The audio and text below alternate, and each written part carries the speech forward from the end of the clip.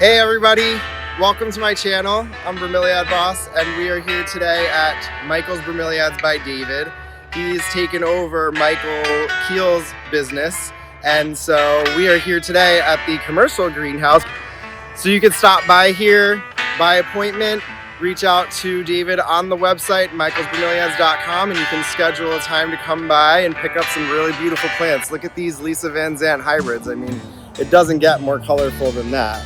So I'm really excited to show you guys around. He's got some absolutely beautiful plants. I think you're gonna love it. So yeah, let's get started. I'm at 3343 Kennedy Drive, Venice, Florida, 34293. Or they can email me directly at david@michaelsbromeliads.com. Okay, awesome. A lot of these ones from here back are ones that Michael and I worked on. Some of which going back to about as early as 2012, if I remember correctly. Yeah, so this hobby, you definitely need patience. Good things take time. So yeah, 2012 is quite a long time. You know, it's a short time in the lifespan of a plant, but it's definitely a labor of love. Oh, absolutely. Especially once you start hybridizing, that's where it gets very time consuming and tedious. This is one of our Leopold Hortii cross Lemii. So the Lemii is what gives it that wine kind of purpley red color to it. Yeah. We started using more of the dark clones of the Leopold Hortii, and we're starting to get some darker colors overall.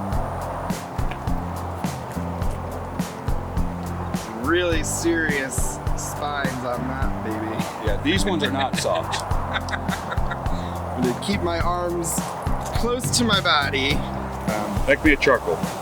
Very pretty.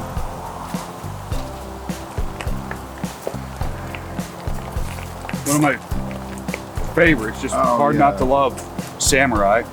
Oh, that's beautiful. So those flowers there they are white like that? No, they're past. Those you are can usually past. tell because the bracts down here, Okay. they'll have color on them. If they don't have color, then it's past its prime. It's kind of like how this one is starting to fade. Okay, yeah. You can see how it still has some color here and it's not brown yet, versus down here, because it all works from the bottom up. So once you see that the bottom is starting to go, then you know that the top is going. Really, really nice. Love that one.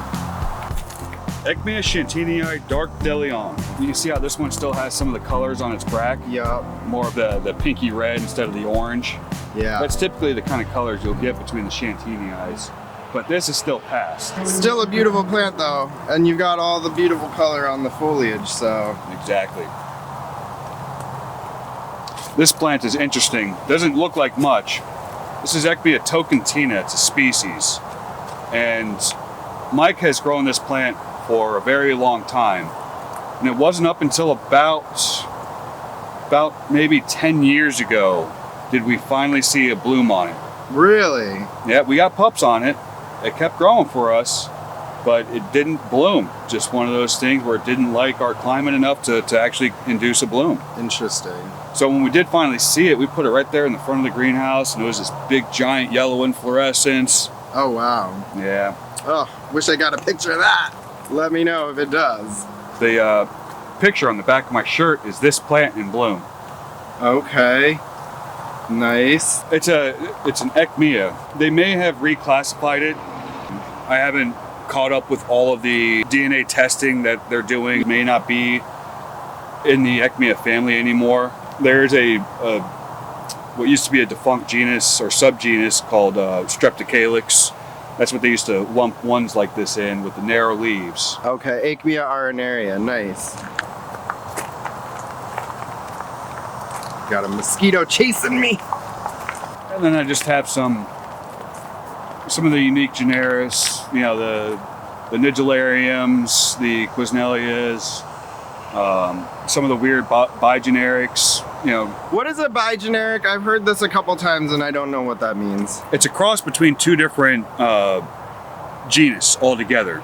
So you take a Nursery and you cross it with a Billbergia, that makes a bigeneric between the two. Just like the Syncoregelia is a cross between Syncoria and Nursery. So they match the names together when they do that. Got it.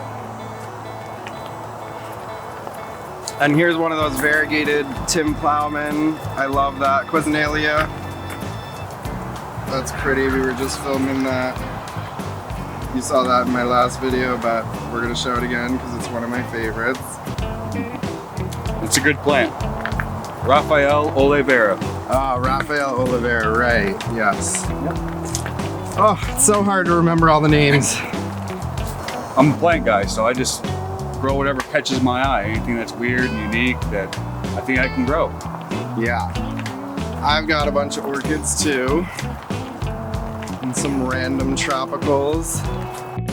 All right, so that was one greenhouse. Now we're gonna check out the other one. He's got a bunch of Billbergias over here that you guys are gonna love. Some really nice plants.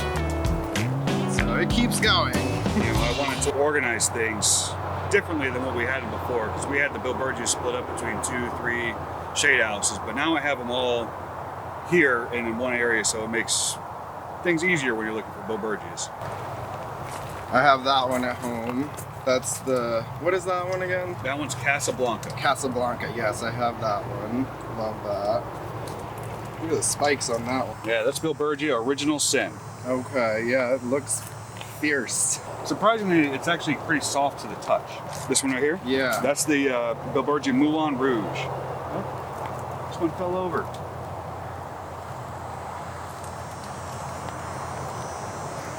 There we go. All right, good as new. Yeah, that's a pretty one. That one might have to come home with me too. We're shopping while we look here. Hard not to do. So I was in the process of getting this area repotted, so it's not fully repotted yet, so you're gonna see some mess with part of the Billbergias. Yeah, I mean, you know what? There's the showy stuff, and then there's the operational stuff, and not everything can be pretty. Especially since I'm just one man, just doing all of this by myself. Yeah, no, it's definitely a lot of work. So I have to split my time between different facets, you know, answering emails, pulling orders, pulling weeds, which I don't get to do as much as I would like to, and repotting stuff. This one, it's unnamed. Okay. It's a Fosteriana that was grown from seed by Grant Grove, and it's just a select clone of Fosteriana that he called White Bands. One of my favorite plants, it's not the most showy, is this one right here. This is Billbergia brachiocephala. It's a species. It was found in nature. But the unique thing about this is that it's variegated. In nature, it looks like this instead. No variegation, just plain leaves. So it's unique in the sense of where it's more of a one-of-a-kind thing. It's a it's a mutation that happened all of its own accord. It's one that I just spotted, and then I worked for probably the past 12 years or so, trying to get it to become stabilized to where I can get pups off of it successfully.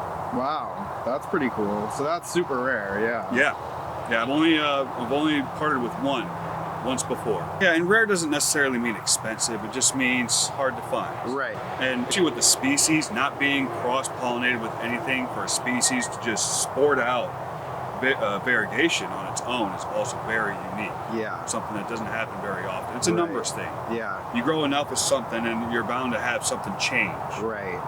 Very cool. So I've got 3 shade houses, and they all have their own little organization patterns going on with them. Such as Lisa Vanzant, the hybridizer in Hawaii. I have this whole section is all dedicated to her plants, as well as most of this bench is all dedicated to her plants. Oh wow. And then on the other side of the shade house, there are the hybrids that Mike and I have done over the past almost 20 years. Those are going on the outside rows there. And I wanted a place where I can keep an eye on more of my bigenerics and terrestrial types. So I have those going right down the middle aisle. I also added in extra hanging bars, which is something that we didn't have at the previous nursery. I added them in, and I couldn't help it but add in extra plants there. In another greenhouse, I have some orchids, I have some succulents, I got all sorts of different things just because they caught my eye. Nice, love that. Yeah, so there's definitely a variety. I mean, the Vanzant stuff's super popular just because it's so colorful. Yeah. Everybody seems to love getting their hands on these little jewels. Look at this. What is this beauty right here? This is Neo Melanie. It's one of those plants that kind of goes through phases where sometimes it'll be almost solid in color. Other times it'll have this kind of a break in coloration. Typically a lot of that is due to weather, when, especially here in Florida, when we have the temperatures that are in like the low 40s or 50s, and then you have the upswings of the 80s. So you have those big temporal differences is when you'll tend to see that kind of pattern come out. Oh, interesting. I had no idea that would affect them like that. Not all bromeliads are affected that way. There's a plant called Bob and Grace. It's been around for a long time. That one is also a seasonal plant where it doesn't get any banding while it's growing up until the winter time. Other than that, it's mostly a red plant with some green spots in it. Interesting. Very cool. Yeah, that's a beauty. That one might have to come home with me today. I don't know. A lot of people like this one from Lisa Vanzant. This one's called Neo Blood Moon. It's about full size of the plant too, but it's just so different with all the colors it has. It's not really a banded plant, except for it does have some bands underneath, which intrigue people. Yep, that's pretty.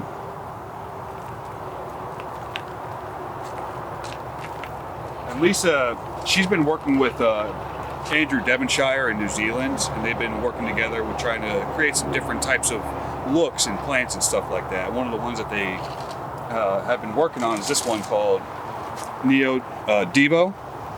It's very strange how it's almost marmorated in the colorations that it gets to it. Trying to get more onto the market, but it's very slow growing. Okay. Very slow growing. And what are these guys up here? Those are really nice. This is Tillandsia Hildi. Okay. They do get very large. Those are beautiful, yeah. Yeah. Love that. It's just a really nice plant. Love.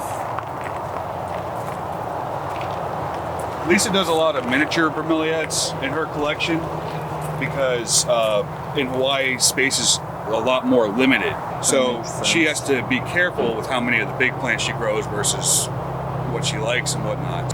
That's Neo Tombstone. Oh, I love the colors on that. The purple banding is so pretty. She's very, very unique when it comes to names. She has a blueberry series, blueberry pie, blueberry muffin, blueberry tart. I have one of those. I don't remember which blueberry it is. Yeah. And she'll do stuff like that, such as like there's Cat's Cradles, Cat's Whisper, Cat's Meow. Up the way a little bit is Cat's Pajamas. So she likes to go through series. Yeah, this is Cat's Pajamas. Yep. Love that. Nice little bit of orange in there. This one is Lady Marmazon. Okay. And the reverse of it is Mr. Wizard, which is this one right here. Yeah, that's a pretty plant. Love that. Yeah, you got some beautiful stuff here. I try. I keep adding to the collection if it's something that we lost. Well, this is, it's a form of Goudia, Osmanite variety group, Goudia. Yeah. This one is one that I got from Bullis. Okay. And it was one of their rejects, so they didn't really have a name on it.